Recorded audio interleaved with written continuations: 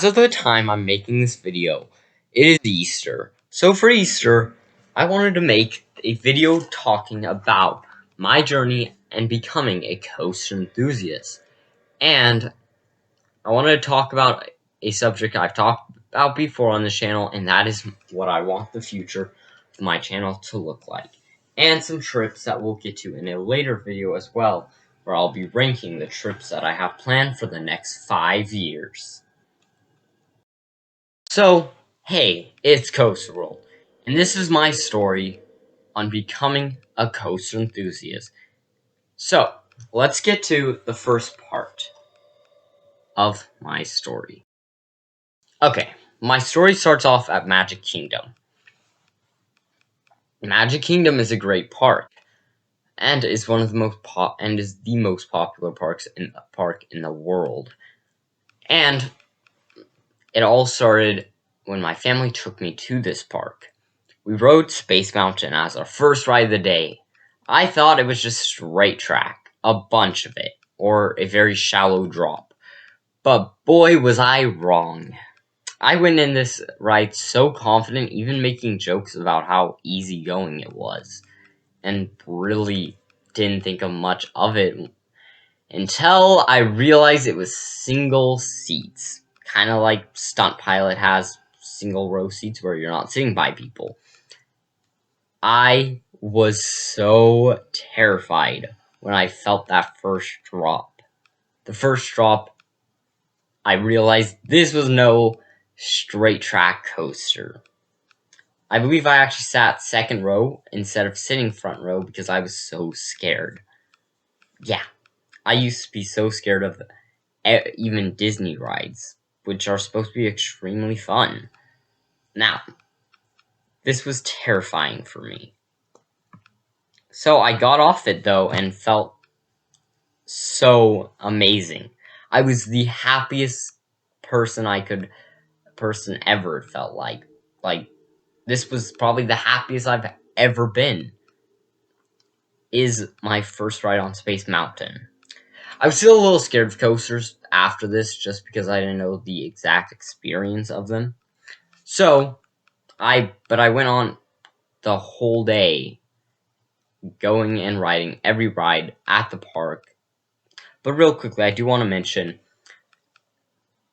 that before this, I was telling my parents I wanted to go ride Slinky Dog instead first, just because it doesn't look as intense. And I was watching POVs of Seven Dwarfs Mine Train, because that was a ride I really wanted to go to, and I was obsessed with animatronics. So I was looking more forward to the animatronics more than the actual coasters, which, now that's not even close to the case. Back to where we were, with me getting off all these other coasters and rides and thinking, oh, that's not that bad. Until after the firework, we had a fast pass for Big Thunder Mountain Railroad. I was sitting now I was terrified.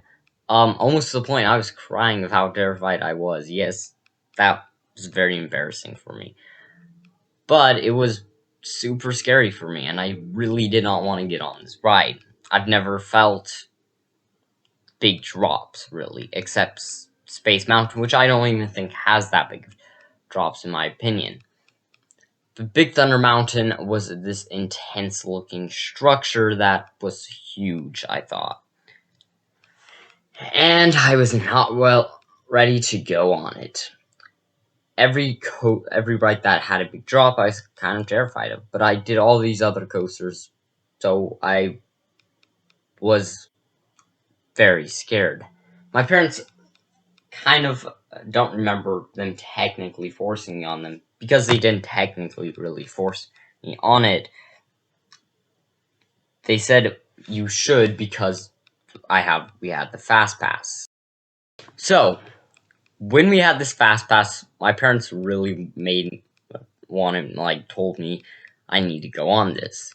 So I was terrified. I went in the line, and then we waited and waited, finally got on the ride, and oh boy, was it terrifying. Once I got on Big Thunder Mountain Railroad, I realized this was going to be more intense. I thought this was going to be more intense than I could ever imagine. Well, it turned out to me not that bad. The airtime was a feeling I've never really felt, except for Space Mountain, which in the pitch dark didn't feel as bad as what it felt in Space Mountain. In Big Thunder Mountain Railroad. It felt terrifying on Big Thunder Mountain Railroad, but it was a fun gut punch feeling for me, and I absolutely adored it. This airtime was incredible and amazing. But what happened after this amazing play? My story now takes us to Rockin Roller Coaster. This coaster was incredible, and one of my first launch coasters. Now, we started off the day at Hollywood Studios going on Slinky Dog Dash, which was a very fun coaster I shouldn't say incredible, but it was a fun launch. I do need to get back on it, of course. Now, I've never really cared about inversions. I was always terrified of them, and went on it, and then my parents were gonna go on this ride after Slinky Dog and after our Toy Story, our time in the Toy Story Land.